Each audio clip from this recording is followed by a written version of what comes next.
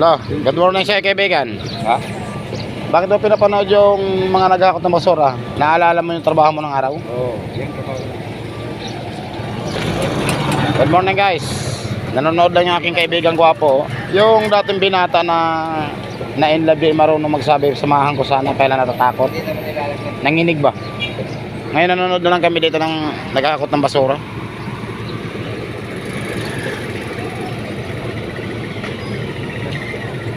Naalala niyo yung kanyang trabaho ng araw. Oo, yan.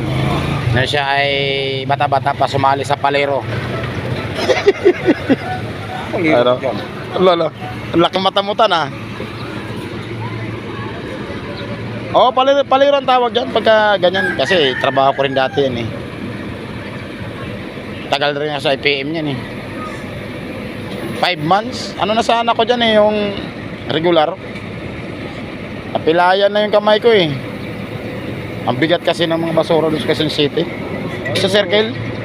Talaga. Yung nasa yung mga putol na drum. Ang bigat pala no. Lalo pag naulan na napasukan tubig. Kasi walang butas yung puwit na eh. Ang bigat.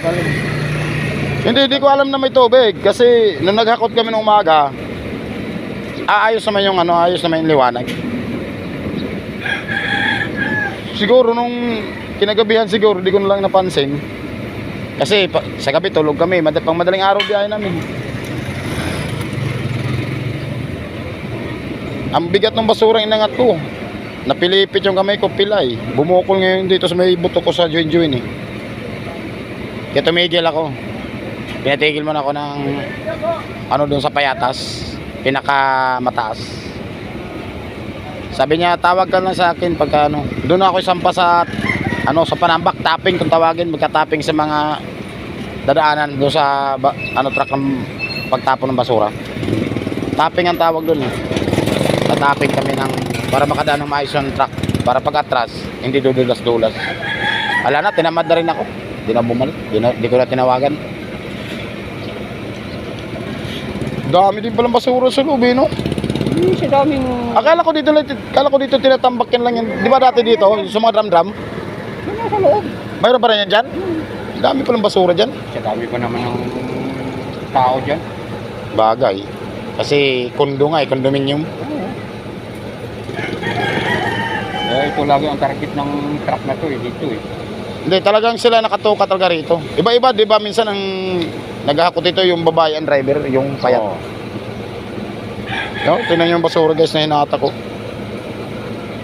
Dami. Wala na rin taga pinipili yung mga babae ng trabaho, no? Kahit basta marangal. Basta marangal trabaho at kasuldo. Kaya nga.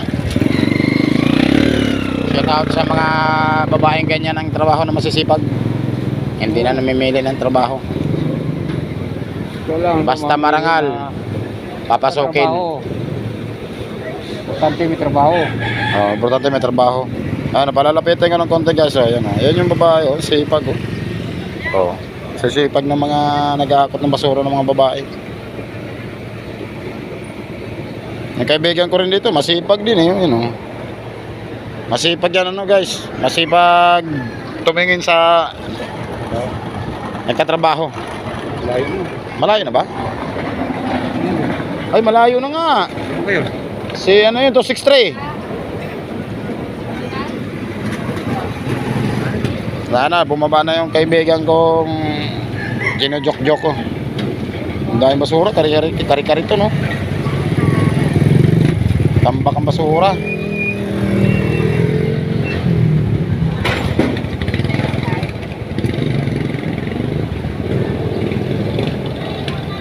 Saan punta mo tay?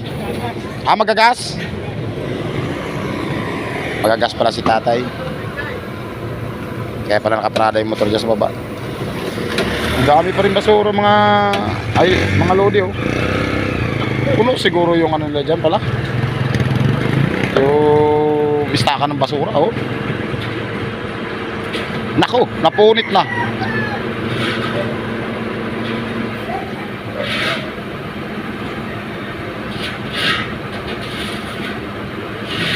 Dapat sako pinaglagyan, hindi plastic. Napunit na tuloy, kakalat pa yan dyan. Ay, buti na lang, magaling. Okay. Hindi na punit.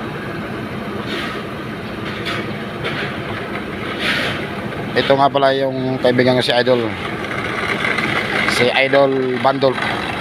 Shout out sa'yo. Parang ito yung ano, ito yung maintenance dito sa condo. Matagal na rito to eh. Talaga maintenance ito. Dati pa to dito na kilala ko na rito to sa palengke sa may Katlia condominium. Andito na to eh. O kala ko bababa ka na kaibigan. Tatlo pa ang sinusunda ko. Ay tatlo pa. Ayun o, 4 mga kasi oh.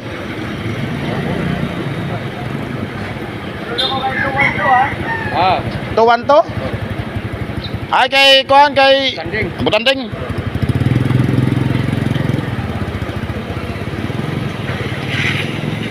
Ang galing ng teknik na sa paghahatak ng basura, no? Hindi na ginagamitan ng tray.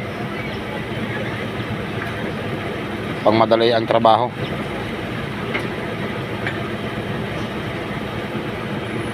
Hanggang dito lang aking video guys. Thank you for watching. Good morning. Araw ng Biyernes.